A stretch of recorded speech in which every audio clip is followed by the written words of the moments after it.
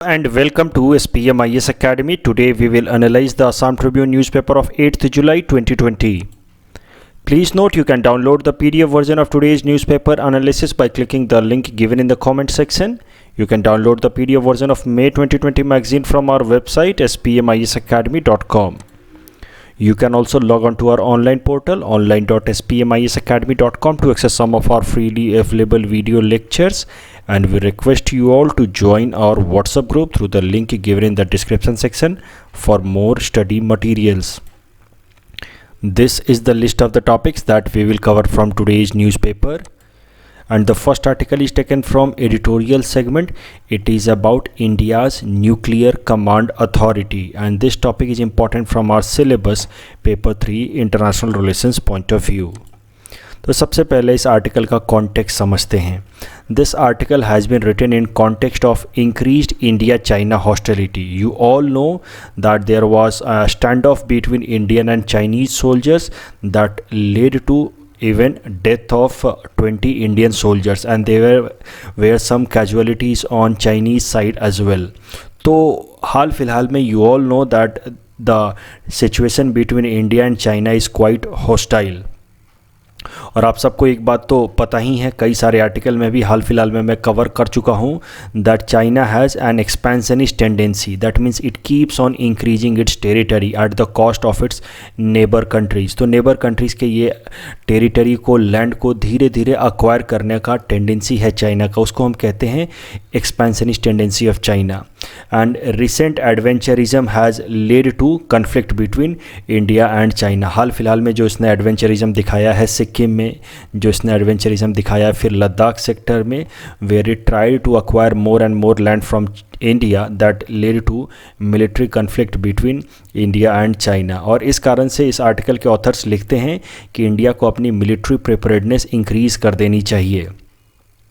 और इस आर्टिकल में फिर ऑथर ये भी कहते हैं that China may also resort to nuclear attack on India. Though I personally believe that this is far-fetched idea, China would not attack or resort to nuclear attack.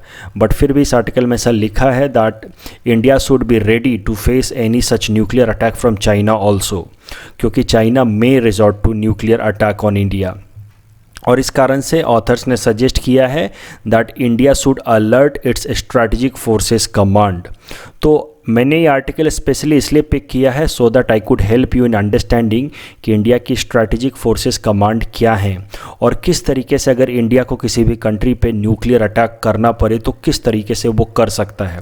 So this is the main objective. Otherwise the theme of this article that China might conduct nuclear attack on India and that is why India should be ready, this theme is itself very far-fetched and this for the time being appears to be very distant idea. ये हाल फिलहाल में होना possible नहीं लगता है. China might not resort to nuclear attack on India. एक बात आप सबको पता होगी, पहले भी मैं बता चुका हूँ that India has a nuclear policy of no first use.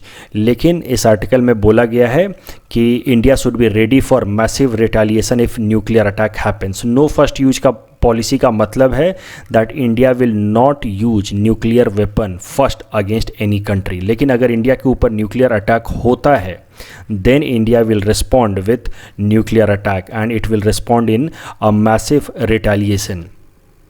सो इस कारण से इस आर्टिकल में ऑथर्स कहते हैं कि इंडिया को अपनी सेकेंड स्ट्राइक कैपेबिलिटी बिल्ड करनी चाहिए. सेकेंड स्ट्राइक कैपेबिलिटी मतलब अगर एक बार इंडिया के ऊपर अटैक हो जाए तो फिर फाइट बैक करना या रिटेलिएट करने की कैपेबिलिटी को कहते हैं second strike capability. And the authors argue कि इंडिया को अपनी सेकेंड स्ट्राइक कैपेबिलिटी स्ट्रेंथन करनी चाहिए because China may resort to nuclear attack also. अब जरा देखते हैं कि अगर इंडिया को किसी भी कंट्री पे न्यूक्लियर अटैक करना है, न्यूक्लियर रिटेलिएशन करना है, क्योंकि अटैक तो हम करेंगे नहीं because of our first use policy, पहले तो हम अटैक करेंगे नहीं, वी विल बी रिटेलिएटिंग. अगर हमारे ऊपर अटैक होगा then we will counter attack. So India's retaliation का अप्रोच किस तरीके का है जरा वो देखते हैं. तो इंडिया के अंदर जो टॉप मोस्ट अथॉरिटी है जो न्यूक्लियर अटैक के ऑर्डर दे सकती है उसका नाम है न्यूक्लियर कमांड अथॉरिटी. और इस न्यूक्लियर कमांड अथॉरिटी के देखो दो पार्ट्स हैं या दो काउंसिल हैं इसके अंदर. One is known as political council और पॉलिटिकल काउंसिल के चेयरमैन है प्राइम मिनिस्टर, जो कि अभी of course is prime minister Narendra Modi. उसके अलावा बाकी मेंबर जो political council of nuclear command authority होते हैं वो होते हैं defence minister, external affairs minister, finance minister and home minister. उसके अलावा न्यूक्लियर कमांड अथॉरिटी का दूसरा विंग भी होता है जिसको हम कहते हैं एग्जीक्यूटिव काउंसिल विंग। इसके चेयरमैन हैं नेशनल सिक्योरिटी एडवाइज़र। उसके अलावा इसके मेंबर्स होते हैं cabinet secretary, chief secretary, raw के चीफ, आईबी के चीफ, और इसके और भी मेंबर्स होते हैं जैसे एनटीआरओ के चीफ वगैरह। They are members of executive council, but the chairman of the executive council of nuclear command authority is national security adviser, जो अभी अजीत डोवाल साहब हैं। अब देखो ये दो पार्ट हैं न्यूक्लियर कमांड अथॉरिटी के। अब देखो ये काम कैसे करेंगे। अगर इंडिया को किसी भी कंट्री पे न्यूक्लियर रिटेलिएशन करना है, न्यूक्लियर अटैक करना है, तो उसका रिकमेंडेशन आएगा इस एग्जीक्यूटिव काउंसिल से। रिकमेंडेशन दिया जाएगा पॉलिटिकल काउंसिल को। दिस एग्जीक्यूटिव काउंसिल जिसके चेयरमैन है नेशनल सिक्योरिटी एडवाइज़र, वो रिकमेंड करेंगे पॉलिटिकल काउंसिल को कि हमें इस पर्टिकुलर कंट्री पे इस तरह का न्यूक्लियर अटैक करना चाहिए आफ्टर असेसिंग द सिचुएशन। और इस रिकमेंडेशन के बाद the political council will give order. एक बात आपको और ध्यान रखनी है कि without recommendation also the political council is empowered. Political council बिना रिकमेंडेशन के भी फ्रॉम एग्जीक्यूटिव काउंसिल ऑर्डर दे सकती है for nuclear attack on any other country. But in general process ये है कि executive council will assess the situation and then they will make recommendation कि हमें किस कंट्री पे किस तरह का न्यूक्लियर अटैक करना है, किस डायमेंशन का, किस मैग्नीट्यूड का न्यूक्लियर अटैक करना है। सो एक बार ये रिकमेंडेशन आएगा पॉलिटिकल काउंसिल को, फिर पॉलिटिकल काउंसिल ऑर्डर पास करेगी to strategic forces command SFC। ये फोर्सेस स्पेशली वो फोर्सेस हैं इंडिया की एक तरह की जिनको स्पेशली डिज़ाइन किया गया है फॉर न्यूक्लियर अटैक्स, तो इनको हम कहते हैं स्ट्रैटेजिक फोर्सेस कमांड। और ये पॉलिटिकल काउंसिल ऑर्डर देगी स्ट्रैटेजिक फोर्सेस कमांड को, और इस स्ट्रैटेजिक फोर्सेस कमांड के अंदर ही आते हैं इंडिया के तीनों तरह के न्यूक्लियर वेपन, चाहे वो आर्मी के साथ जो आर्मी की मिसाइल्स होती हैं nuclear missile, that is ultimately under command of strategic forces command. उसके अलावा एयरफोर्स के साथ होती हैं bombers, nuclear bombers, they are also under overall command of strategic forces command. और नेवी के अंदर होती हैं न्यूक्लियर सबमरीन्स जो कि न्यूक्लियर अटैक कर सकती हैं, they are also under overall command of strategic forces command. तो एग्जीक्यूटिव काउंसिल से रिकमेंडेशन आएगा, फिर पॉलिटिकल काउंसिल वो ऑर्डर पास करेगा कि हमें मिसाइल से अटैक करना है इस कंट्री पे, या बॉम्बर से अटैक करना है एयरफोर्स के, या सबमरीन से अटैक करना है। All that order will come from political council to strategic forces command, and then strategic forces command which is a special force, special organisation, that will now start the process of retaliation. अब जरा India और China के nuclear capability का comparison कर लेते हैं, and then we will also evaluate कि क्या इंडिया और चाइना के बीच में न्यूक्लियर वॉर होने के चांसेस हैं या नहीं। तो देखो हाल फिलहाल में मैंने भी एक आर्टिकल रिलीज़ की एनालाइज किया था on the basis of a report published by Stockholm international peace research institute. और इस रिपोर्ट में दुनिया भर में कौन कौन से कंट्रीज़ के पास कितने न्यूक्लियर वॉर हेड हैं उसका डेटा पब्लिश हुआ था, जहाँ पे मैंने आपको बताया था कि रसिया के पास सबसे ज़्यादा न्यूक्लियर वॉर हेड हैं, लगभग 6000 न्यूक्लियर वॉर हेड हैं रसिया के पास, फॉलोड बाय यूएस। तो यूएस दूसरे नंबर पे, उसके पास भी लगभग 5900 वॉर हेड्स हैं।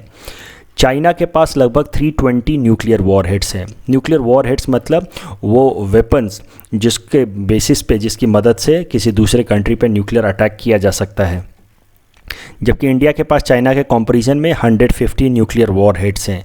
इवन पाकिस्तान के पास भी इंडिया से ज़्यादा वॉर हेड है, Pakistan has about 160 nuclear war head.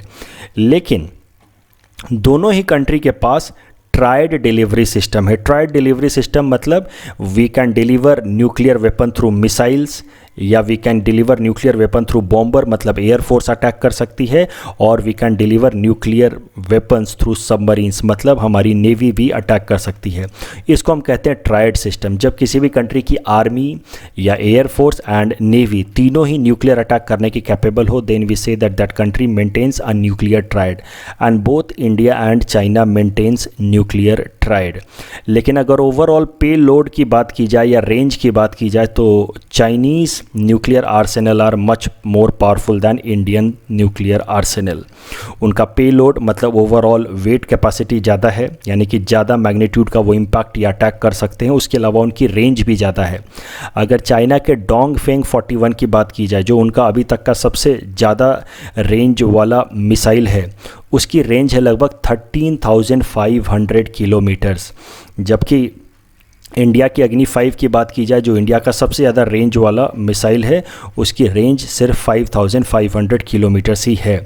But इसके बावजूद भी आप देखो, यहाँ पे हमने रेंज की मदद से डिपिक्ट करने की कोशिश की है. तो अग्नि मिसाइल, जो अग्नि 5 मिसाइल है जिसकी रेंज है 5,500 किलोमीटर, वो भले ही चाइना के डोंगफेंग से काफ़ी कम उसकी रेंज है, but still it can cover each and every part of China. So both countries have equal impact over each other. So अब जरा एनालाइज करते हैं इस बात को, that is there a real possibility of nuclear war between India and China. जैसा इस article में कहा जा रहा है, स्टार्टिंग में ही मैंने कहा that I personally believe that this idea is far fetched. In general I never give my personal opinion, but ये आर्टिकल के इस आइडियाज़ को काफ़ी ज़्यादा फार फेच्ड या लॉन्ग ड्रॉन आइडियाज़ माना जा सकता है. इसका हाल फिलहाल में तो कोई पॉसिबिलिटी नहीं दिखता है. So let us also see why I believe that there cannot be nuclear war between India and China. सबसे पहला कारण है commercial interdependence. China has been India's largest trading partner. हाल फिलहाल में in 2019 US has surpassed China to become India's largest trading partner, but वो भी मार्जिनली. Otherwise China has been India's largest trading partner for quite some time. तो इससे ये पता चलता है कि दोनों ही कंट्री के बीच में जो ट्रेड वॉल्यूम है वो काफ़ी ज़्यादा है. That means both countries are commercially interdependent on each other, and that is why they will not resort to such a massive war, जिस कारण से दोनों ही कंट्री को इतना ज़्यादा इकोनॉमिक निगेटिव इम्पैक्ट उठाना पड़े. दूसरा कारण है that both countries have the policy of no first use nuclear doctrine. So not just India but China's nuclear policy also says no first use, यानी कि they will not be using their nuclear weapon first. लेकिन अगर उन पे attack होता है then they will be using their nuclear weapon for retaliation. उसके अलावा nuclear weapons are a guaranteed source of MAD, mutually assured destruction. अब China के पास भले ही कितने पावरफुल वेपन हो, उसकी रेंज ज़्यादा हो, मैग्नीट्यूड ज़्यादा हो, लेकिन इंडिया के पास भी इतने कैपेबल न्यूक्लियर वेपन ज़रूर हैं कि India also can destroy China. तो अगर दोनों ही कंट्री इंगेज होती है in some sort of nuclear war, तो दोनों ही कंट्री का एश्योर्ड डिस्ट्रक्शन है. Both countries are guaranteed of mutual assured destruction. So even if India has less powerful weapon, जैसा कि इस इमेज में दिखाने की कोशिश की गई है, even if India has just a knife and China has a pistol, but both countries are capable to kill each other. That is why it is a high probability that there won't be any nuclear engagement between India and China. The next article is taken from international segment. It is about काटसा law that remain unchanged. तो सबसे पहले देखते हैं कि ये काटसा law है क्या. This topic is important from our syllabus paper 3 international relations point of view, and it is also important for political science optional students.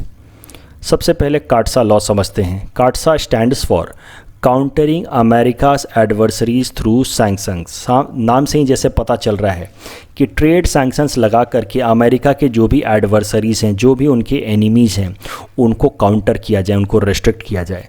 And according to this law of United States of America, US will put trade sanction against the country that will conduct trade with Iran, Russia and North Korea. तो इस काटसा law के हिसाब से US के 3 दुश्मन हैं, 3 adversary हैं, और वो हैं ईरान, रसिया और नॉर्थ कोरिया. और इस लॉ के हिसाब से अगर दुनिया की कोई भी कंट्री इन तीनों कंट्रीज़ के साथ ट्रेड करती है, तो उस कंट्री के ऊपर यूएस ट्रेड सैंक्शंस लगा सकता है. तो अब ज़रा समझते हैं कि आखिर क्या कारण है behind formulation of such a law. काटसा law बनाने के पीछे कारण क्या है. सो trade restriction against Iran and North Korea has been put because of illegal nuclear program of Iran and North Korea. तो यूएस का ऐसा मानना है कि ईरान और नॉर्थ कोरिया इलीगल तरीके से न्यूक्लियर वेपन्स डेवलप कर रहे हैं, और इस कारण से उनके ऊपर इस तरह का ट्रेड सैंक्शन लगाया है यूएस ने थ्रू काटसा लॉ. उसके अलावा रसिया के ऊपर एलिगेशंस हैं that Russia interfered into US presidential election of 2016। जब 2016 में यूएस की प्रेसिडेंशियल इलेक्शंस हो रही थी and Donald Trump emerged victorious in a very surprising manner, उसके बाद काफ़ी सारे इन्वेस्टिगेशंस के बाद मोर और less it has been proved और there have been some indications कि Russian president and overall Russian secret agencies played a major role in interfering in meddling of the US presidential election, and this is now considered as a major threat on US national security. और इस कारण से रसिया के ऊपर इस तरह का trade sanction लगाया है यूएस ने अंडर काटसा लॉ। अब काटसा लॉ का आप एक एग्जाम्पल की तरह, खासकर पॉलिटिकल साइंस ऑप्शन स्टूडेंट्स के लिए मैं बता रहा हूँ, आप सबको पता है आपके सिलेबस में हार्ड पावर एक टॉपिक है, आप काटसा लॉ को एग्जाम्पल की तरह यूज कर सकते हैं as manifestation of hard power, how US is arm twisting, how US is forcing other countries and putting trade sanction on some countries. So this can be used as an example of application of hard power in political science answer writing. एक बात आपको और ध्यान रखनी है कि according to this law the US president has some power to give waiver to a particular country, मतलब कुछ एक छूट यूएस प्रेसिडेंट दे सकते हैं किसी एक पर्टिकुलर कंट्री को, और इंडिया लगातार इस वेवर का रिक्वेस्ट कर रहा है यूएस प्रेसिडेंट से because he has power to give some waiver, but अभी तक इंडिया को कुछ खास वेवर मिले नहीं हैं। थोड़े बहुत वेवर्स मिले हैं इंडिया को with respect to its oil trade with Iran. उसके अलावा इंडिया मेजर वेवर रिक्वेस्ट कर रहा है regarding its trade with Russia, लेकिन वो वेवर अभी तक इंडिया को मिले नहीं है फ्रॉम यूएस। तो जरा देखते हैं कि इंडिया के साथ रसिया की ऐसी कौन सी ट्रेड डील है जो बहुत इंपॉर्टेंट है और जिस कारण से इंडिया वेवर यानी कि एक तरह की छूट की डिमांड कर रहा है यूएस प्रेसिडेंट से। तो let us see how this CAATSA law is affecting India and why India is requesting for a waiver. So India is in a process of upgrading its air force. You all know that now tensions at the border has increased, so it has become very imperative, very important for India to upgrade its security forces. अपने air force को इस कारण से India upgrade करना चाहता है, और इस कारण से लास्ट वीक ही इंडिया के डिफेंस एक्विजिशन काउंसिल ने 21 MiG-29 फाइटर जेट्स का ऑर्डर रिलीज़ किया रसिया के लिए। उसके साथ साथ 12 सुखोई 30 MKI एयरक्राफ्ट का ऑर्डर रिलीज़ किया गया for Indian air force from Russia. तो ये 21 MiG aircraft fighter aircraft India Russia से ख़रीदना चाहता है और 12 सुखोई 30 एयरक्राफ्ट इंडिया रसिया के साथ ख़रीदना चाहता है in order to upgrade its air force. उसके साथ ही साथ इंडिया और रसिया के बीच में ऑलरेडी एक डिफेंस एग्रीमेंट साइन हो चुकी है रिगार्डिंग S-400 ट्रायम्फ मिसाइल। ये जो ट्रायम्फ मिसाइल्स हैं they are air defence system. Air defence system देखो किस तरीके से काम करता है। अगर हमारे कंट्री के टेरिटरी में या एयर स्पेस में कोई भी फॉरेन मिसाइल इस तरह से एंटर होगा तो ये एयर डिफेंस सिस्टम उस मिसाइल को एयर में ही डिस्ट्रॉय कर देगा। इस तरह के सिस्टम को हम कहते हैं एयर डिफेंस सिस्टम। और एक S-400 ट्रायम्फ मिसाइल नाम का एयर डिफेंस सिस्टम इंडिया ख़रीदना चाहता है रसिया से, और उसके लिए India has already signed an agreement with Russia. उसके अलावा India wants to buy 12 Sukhoi aircraft from Russia and 21 MiG-29 aircraft from Russia in order to upgrade its air force. लेकिन काटसा लॉ के कारण ये कोई भी डिफेंस डील इंडिया और रसिया के बीच में इम्प्लीमेंट नहीं हो पा रहे हैं, and India has been consistently requesting for some waiver from US president but India has not got any concession so far. और इसी कॉन्टेक्स्ट में ये आर्टिकल आया है that CAATSA law remains unchanged. India ने रिक्वेस्ट किया था that after increased tension between India and China CAATSA law should be relaxed at least for India. India should be given a waiver, but so far CAATSA law has remained unchanged even for India. The next article is again taken from international segment. It is about salami strategy of China, and this topic is important from our syllabus paper 3 international relations point of view. सबसे पहले समझते हैं कि ये सलामी strategy है क्या। देखो ओरिजिनली ये जो टर्म सलामी स्ट्रैटेजी है that was developed by a communist politician of Hungary जिनका नाम था मटायस राकोसी। He developed this concept in 1940s in order to weaken his opponent parties। जो नॉन कम्युनिस्ट पार्टीज थे उनको वीकन करने की एक स्ट्रैटेजी डेवलप की हंगरी के इस कम्युनिस्ट पॉलिटिशियन ने जिनका नाम है मटायस राकोसी। इस सलामी स्ट्रैटेजी में what they do, they slowly weaken their enemy, धीरे धीरे अपने एनिमी को, अपने ओपोनेंट को वीक करते हैं। बट इसमें एक बात का खास ध्यान रखा जाता है कि अपने एनिमी को कोई मेजर ब्लो ना दिया जाए, कोई जोर का झटका एक बार में नहीं दिया जाए, क्योंकि इससे होता क्या है कि एनिमी कॉशस हो जाता है, हमारा ओपोनेंट कॉशस हो जाता है और फिर वो हमारे खिलाफ बिगर प्लानिंग करने लगता है। सो इस अप्रोच को कहते हैं सलामी स्ट्रैटेजी। जब हम अपने एनिमी को धीरे धीरे, बिल्कुल स्लोली अपने एनिमी को वीकन करें, जब without allowing him to notice कि हम उसके अगेंस्ट धीरे धीरे एक्शन ले रहे हैं और हम उससे धीरे धीरे वीकन कर रहे हैं। This is known as salami strategy that was originally developed in Hungary by a communist politician. अब हाल फिलहाल में ये सलामी स्ट्रैटेजी टर्म काफ़ी न्यूज़ में रहा है, क्योंकि 2017 में इस टाइम के आर्मी जनरल ने, इंडिया के आर्मी जनरल ने बोला था कि China is practising salami strategy against India. तब से ये टर्म काफ़ी न्यूज़ में रहा है और हम अपने आंसर राइटिंग में भी इस टर्म का इस्तेमाल कर सकते हैं। तो ज़रा समझते हैं कि how China is practising salami strategy in its neighbourhood. तो देखो, कल भी मैंने डिस्कस किया था that China is the only country in this modern era, in this 21st century, who is following the policy of expansionism. China एक इकलौता ऐसा कंट्री है जो अभी भी इस मॉडर्न टाइम में भी ज़्यादा से ज़्यादा टेरिटरी कैप्चर करना चाहता है। बट चाइना का जो टेरिटरी कैप्चर करने का अप्रोच है that is known as salami tactics of China. वो एक बार में कोई मेजर टेरिटरी कैप्चर नहीं करता। It does not conduct a major attack और it does not capture a major territory in one go. वो धीरे धीरे किसी भी टेरिटरी को कैप्चर करता है और कैप्चर करने के पीछे इसका बड़ा ही वेल डिफाइंड अप्रोच है। और पहले तो वो इंटरनेशनल लेवल पे एजेंडा सेट करता है, डिस्प्यूट कर देगा कि ये टेरिटरी डिस्प्यूटेड है, इट बिलोंग्स टू अस। धीरे धीरे वहाँ पे वो अपने आर्मी पर्सनल्स, अपना मिलिट्री इंस्टॉलेशन बिठाने लगता है और धीरे धीरे उस एरिया को वो कैप्चर कर लेता है। This is known as salami tactics और salami strategy of China that China is practising in India's neighbourhood.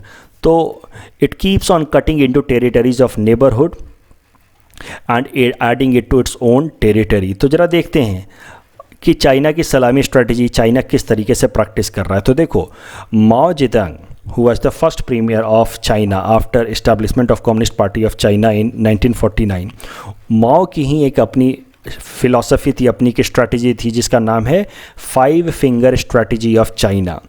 उसके हिसाब से, इस 5 फिंगर स्ट्रैटेजी ऑफ चाइना के हिसाब से, China is the hand while Tibet is the palm and 5 fingers of China has to be Ladakh, Nepal, Sikkim, Bhutan and Arunachal Pradesh. तो Mao की इस 5 फिंगर स्ट्रैटेजी के हिसाब से चाइना जो कि हैंड है, उसका उस टाइम तक पाम भी उनके पास नहीं था, तिब्बत भी उनके पास नहीं था। उसके अलावा उसका फिंगर है ये 5 टेरिटरी, लद्दाख, नेपाल, सिक्किम, भूटान एंड अरुणाचल। और धीरे धीरे चाइना को ये सारी एरियाज़ को अक्वायर करनी है। But they started to practice the follow tactics of salami strategy in order to acquire these areas.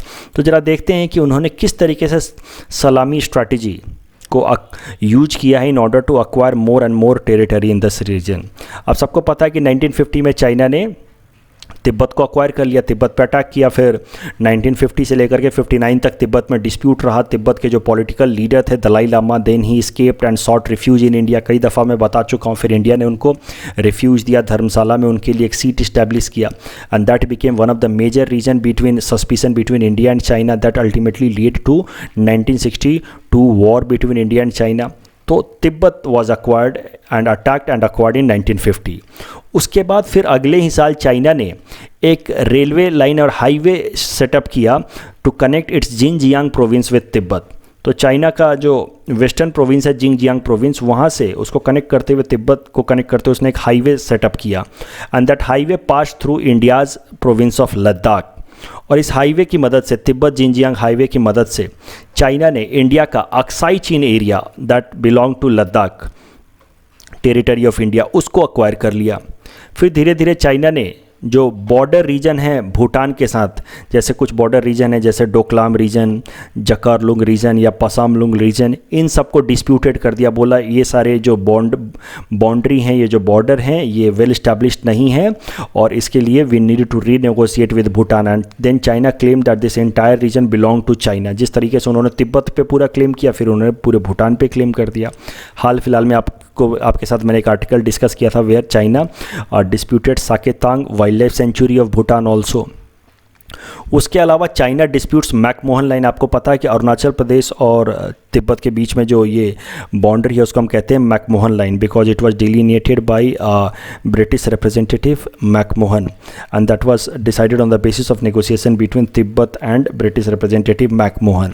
तो चाइना अब क्लेम करता है कि तिब्बत के पास लेजिटिमेसी ही नहीं थी इस तरह की इंटरनेशनल एग्रीमेंट को साइन करने की, because Tibet was not autonomous and sovereign. So that is why China disputes the legality of McMahon line, और वो क्लेम करता है कि पूरा का पूरा Arunachal Pradesh belongs to China. उसके अलावा you will be surprise to know कि अब चाइना ने माउंट एवरेस्ट के ऊपर भी अपना क्लेम कर दिया था। इसी साल मई 2020 में ही चाइना ने माउंट एवरेस्ट को भी अपना बता दिया, जबकि ओरिजिनली चाइना और नेपाल के बीच में एग्रीमेंट था कि mount Everest will be boundary between Nepal and China, मतलब one side of mount Everest will belong to China and other side will belong to Nepal. लेकिन हाल फिलहाल में चाइना ने माउंट एवरेस्ट पे भी पूरा क्लेम करने की कोशिश की। चाइना माउंट एवरेस्ट को चाइना के अंदर कोमोलांगमा माउंटेन नाम से जाना जाता है। तो देखो किस तरीके से उन्होंने क्लेम किया, इससे आपको और बेहतर पता चलेगा कि किस तरीके से वो सलामी स्ट्रैटेजी प्रैक्टिस करते हैं। चाइना की एक उन चाइनीज़ गवर्नमेंट की कंट्रोल्ड एक टीवी चैनल है CGTN, Chinese government television network. इसने एक ट्वीट रिलीज़ किया एक पिक्चर के साथ, जिसमें लिखा था कि an extraordinary sun halo was spotted on May 1 in the skies over mount Qomolangma. आपको पता है कि वो माउंट एवरेस्ट को माउंट कुमोलांगमा बोलते हैं, the highest peak located in China Nepal border. तो ये जो ट्वीट था originally from this news channel CGTN, जो चाइनीज़ गवर्नमेंट की चैनल है, ये ओरिजिनली ट्वीट में यहाँ पे चाइना नेपाल बॉर्डर नहीं लिखा हुआ था। ओरिजिनली इस ट्वीट में लिखा था that mount Qomolangma world's highest peak that belongs to China. So earlier rather than writing China Nepal border they had written China. लेकिन फिर जब दुनिया भर में बहुत ज़्यादा क्रिटिसिज्म होने लगा चाइना की इस एक्सपेंशनिस्ट अप्रोच पे, तो फिर धीरे से उन्होंने इस ट्वीट को चेंज कर दिया और यहाँ पे फिर चाइना नेपाल बॉर्डर कर दिया।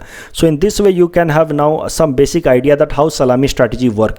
अगर इतना ज़्यादा क्रिटिसिज्म नहीं होता तो इस ट्वीट को वो चेंज नहीं करते, हर जगह वो फिर वो चाइना क्लेम करने लगते, धीरे धीरे हर जगह अपने बुक्स में अपने न्यूज़ चैनल्स में दिखाने लगते हैं कि this mount belong to China, और 10-12 सालों बाद इस पूरे के पूरे माउंटेन पे वो अपना क्लेम कर देते कि this mountain belongs to China, traditionally it belongs to China. और जो उनके बीच का एग्रीमेंट हुआ था that this mountain will be boundary between China and Nepal, उसको वो रिजेक्ट कर देते that this agreement is not valid. तो इस तरीके से वो अपनी सलामी स्ट्रैटेजी फॉलो करते हैं। धीरे धीरे they build up an agenda, slowly they set up a motion to acquire more and more territory, and over a period of time they keep on capturing more and more territory in order to follow their expansionist approach.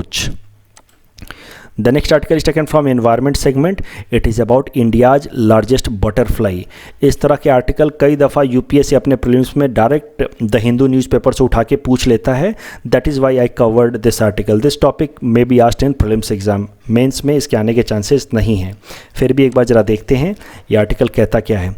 देखो, एक तरह का butterfly है जिसका नाम है golden bird wing, that is also known as a Himalayan butterfly because it is found in Himalayan mountain reason.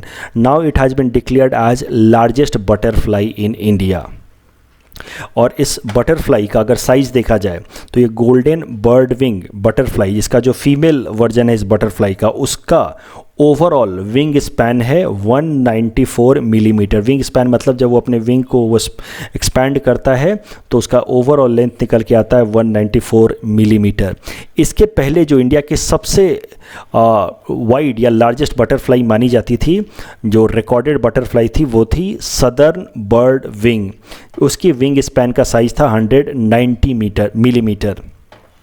और ये सदर बर्ड विंग है that was consider to be India's largest butterfly so far. इसको India का largest butterfly declare किया गया था 1932 में by a British officer brigadier William Harry Evans. तो तब से लेकर के अभी तक ये southern bird wing was consider to be India's largest butterfly, but इस साल अब इंडिया की लार्जेस्ट बटरफ्लाई चेंज हो गई है and it is now golden bird wing female और is now India's largest butterfly. ध्यान रखेंगे इट इज़ फीमेल, क्योंकि male version is quite smaller. Male golden bird wing male version is only of 160 millimetre. तो exam में हो सकता है कि वो अलग अलग भी लिख के आ जाए कि which of the following is India's largest butterfly, gold bird wing female, gold bird wing male, southern bird wing. Answer will be golden bird wing female. Butterflies के बारे में ज़रा सा देख लेते हैं। You all must be knowing that adult butterflies have large and often brightly coloured wings, conspicuous and fluttering light. ये सब तो आप जानते ही हैं। बटरफ्लाइज की सिग्निफिकेंस देख लो, हो सकता है कि आपके आंसर राइटिंग में आप इसका कहीं इस्तेमाल कर लें। Butterflies are indicator species. Indicator species का मतलब ये है कि वो स्पेसीज जो पूरे के पूरे इकोसिस्टम के हेल्थ को इंडिकेट करे। इसका सरल शब्दों में मतलब ये है कि if any in region, if in any ecosystem, if in any forest, if you see more and more butterfly, that is indicator that this ecosystem is healthy and complex. That is why butterflies are known as indicator species. They are indicator of rich biodiversity. If you see more and more butterfly in a particular region, that means this biodiversity is rich, that ecosystem is complex and healthy. Why? Because butterflies are the one of the chief or main source of pollination, and when there will be more and more pollination, automatically rich biodiversity is guaranteed. The next article is taken from Assam segment. It is about Pradhan Mantri Matsya Sampada Yojana. This topic is important from our syllabus paper 6 Assam economy point of view. सबसे पहले news article समझते हैं। तो देखो, असम के chief minister Sarbananda Sonowal जी ने fisheries department of Assam को order दिया है कि प्रधानमंत्री मत्स्य संपदा योजना को अच्छे तरीके से इंप्लीमेंट किया जाए असम के अंदर, सो दैट ज़्यादा से ज़्यादा फिशरी प्रोडक्शन हो असम में, and India should be able to realise its Atmanirbhar vision जो प्राइम मिनिस्टर नरेंद्र मोदी ने इंडिया के लिए सेट किया है। तो प्रधानमंत्री मत्स्य संपदा योजना को अच्छे से इंप्लीमेंट करना है, और असम स्टेट के अंदर जहाँ पे बहुत ज़्यादा वास्ट पोटेंशियल है फिशरी प्रोडक्शन का, उसको उस पोटेंशियल को रियलाइज़ करना है। And with help of this Assam can increase fishery production, at the same time it can generate vast employment. तो प्रधानमंत्री मत्स्य संपदा योजना के बारे में कुछ फैक्चुअल पॉइंट्स देखते हैं। This scheme was announced in budget 2019-20, और इसके लिए ओवरऑल जो भारत सरकार ने फंड अलॉट किया that is 20,000 crore, and this will focus on both marine and inland fisheries. इन सारे पॉइंट्स का ध्यान रखना है आपको prelims exam point of view से। कई दफ़ा इस तरह के सवाल आ जाते हैं that it is for only inland fisheries. Inland fisheries मतलब fisheries in pond and rivers, they are inland fisheries. Marine fisheries मतलब fishes caught on the coastal area in the ocean and sea. So this scheme includes both marine as well as inland fisheries, and इसका जो target है that is to produce 70 lakh tonne of fishes in next 5 years। And इस पूरे purpose के लिए 11,000 crore will be spent on marine and inland fisheries and aquaculture, while 9,000 will be spent on setting up infrastructure like proper market and cold chain and fishing harbors. Major benefits of this Pradhan Mantri Matsya Sampada Yojana भी देख लेते हैं। Of course it will help in increasing the fishery production in our country, and since fishes are cheap source of protein, so it will help in food security of local population because they are cheap source of protein, and they will fill the critical infrastructure gap in fishery market. Fishery market में जो infrastructure का main issue है, जो fishes पकड़ी जाती हैं, बहुत सारे फिशेज ख़राब हो जाती हैं, they perishes because of lack of proper infrastructure, proper connectivity नहीं है, प्रॉपर स्टोरेज फैसिलिटी नहीं है। That infrastructure gap will be taken care of under Pradhan Mantri Matsya Sampada Yojana. उसके साथ ही साथ this will be helpful in generating more and more gainful employment. It is expected that about 15 lakh more employment opportunities will be created under प्रधानमंत्री मत्स्य संपदा योजना। इसका implementation कैसे होगा वो भी जरा देख लेते हैं। आपको एक बात और ध्यान रखनी है from exam point of view that it is central sector scheme, मतलब इसका पूरा का पूरा कॉस्ट सेंट्रल गवर्नमेंट बियर करेगी, स्टेट गवर्नमेंट बियर नहीं करेगी। और इसके अंदर भी किस तरीके से खर्च किया जाएगा वो भी जरा समझते हैं। तो this scheme has 2 components, non beneficiary oriented component and beneficiary oriented component.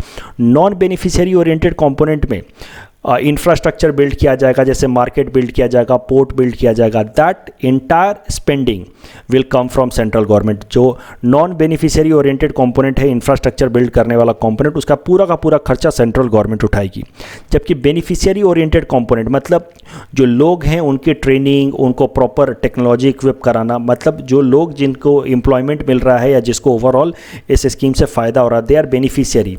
और जो दूसरा कंपोनेंट है बेनिफिशियरी ओरिएंटेड, मतलब जो लोग इस स्कीम का फ़ायदा उठा रहे हैं, that is beneficiary oriented component of प्रधानमंत्री मत्स्य संपदा योजना। इसके अंदर भारत सरकार कुछ पैसा खर्च करेगी और वो लोग जिस स्कीम का फ़ायदा उठा रहे हैं उनको कुछ पैसा खर्च करना है।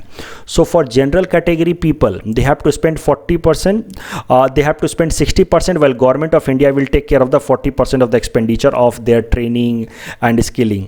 जबकि for SC, ST and women the government of India will take care of the 60% of their skill and training, while these beneficiaries, if they belong to SC, ST or women category, they will have to bear the 40% cost of skilling and training.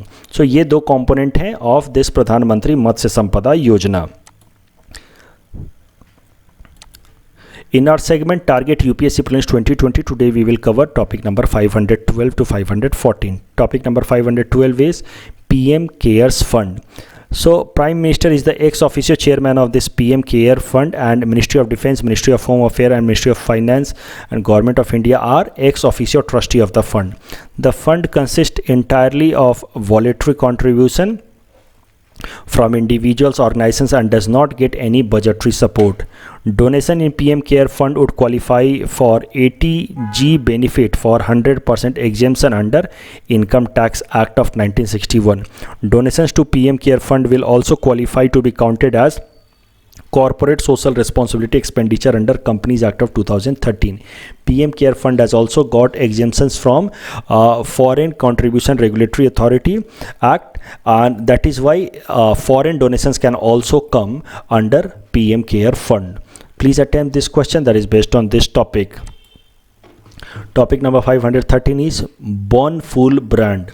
The West Bengal Forest Department has created a separate brand for selling this honey named Bonful, flower of the forest. The honey extracted from the mangrove forest will be called Bonful wild honey, harvested from the traditional honey collectors from mangrove forest of Sundarban. कुछ भी सवाल आ सकता है. Bonful is a honey, jaggery, rice, milk, yeah, it is a honey from mangrove or rainforest. So any questions like this can come in the upcoming UPSC prelims. Please attempt this question that is based on this topic.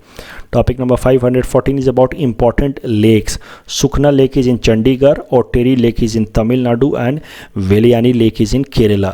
Please attempt this question that is based on this topic. This is the answer of question number 509 to 511 that we are given in yesterday's newspaper analysis. Today's question can be attempted by students and you can submit the answer in the comment section. We will be sharing answer of these questions in tomorrow's newspaper analysis. That's all from our side for today. Thanks for watching.